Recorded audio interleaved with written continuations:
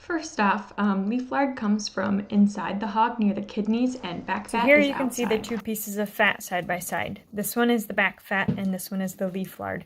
The leaf lard is semi-frozen right now, so I'm going to try to show you, but it's not working as well as what it would if it's thawed. So if you kind of put this between your fingers here, you can see that it's like spreadable and it flakes a little, and it moves a little easier. That's what's going to make those flaky pie crusts and biscuits. Then this piece is very solid, almost leathery feeling, and it's not going to squeeze and like mold between, you're not going to be able to mold it between your fingers like this leaf lard. So next, we have a grinder, so we're going to cut all of this, keep them separate. The leaf lard will be rendered separately from the back fat. But if you don't have a grinder, have this be semi-frozen, both types of fat semi-frozen. Chop them into small pieces before they're rendered. We have a grinder, so you won't see us put them into such small pieces as if you didn't have a grinder at home. This is at 3 p.m.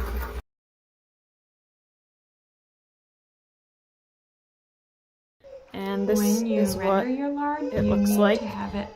So now I'm going to scoop this to strain into something easy to pour, and then I'm going to fill these jars. Now remember, we're not actually canning this, we're just storing them in the glass jars. I've found the lard and the leaf lard both to be pretty shelf stable, as long as you're using it like within a year. It can start tasting a little bit off if you're not going to use it that fast. So if you have the freezer space, store it in the freezer, but I've not had any trouble just storing it. So the other thing is, sometimes like I have more lard to do, so I didn't wait until this melted all the way down, but I'm just going to put more in here.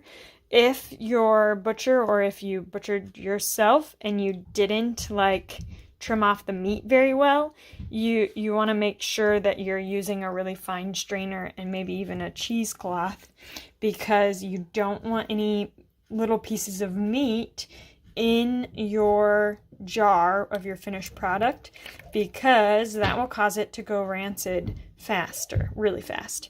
So you just want all the stuff to get strained out, and you're just left with that pure lard. And when it is solid again, it should be a pretty nice white color. This is the fat, so it won't be as white as the leaf lard, but we're just going to keep straining this. There's probably a faster way to be doing this, but I'll get it done. And then I'll probably strain it again, because I can see that there's still some chunks in there, so that's stuff that's not rendered yet. And then I'll leave the lids off of these until it cools, just because I actually don't want it to create a tight seal.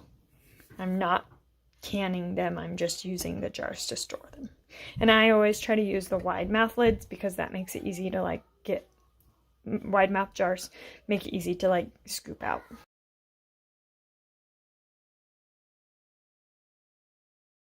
So now I'll store these jars in my basement and use them as needed. We use them as a replacement for any cooking oil, and then the leaf lard is used for pies and pastries and flaky crusts.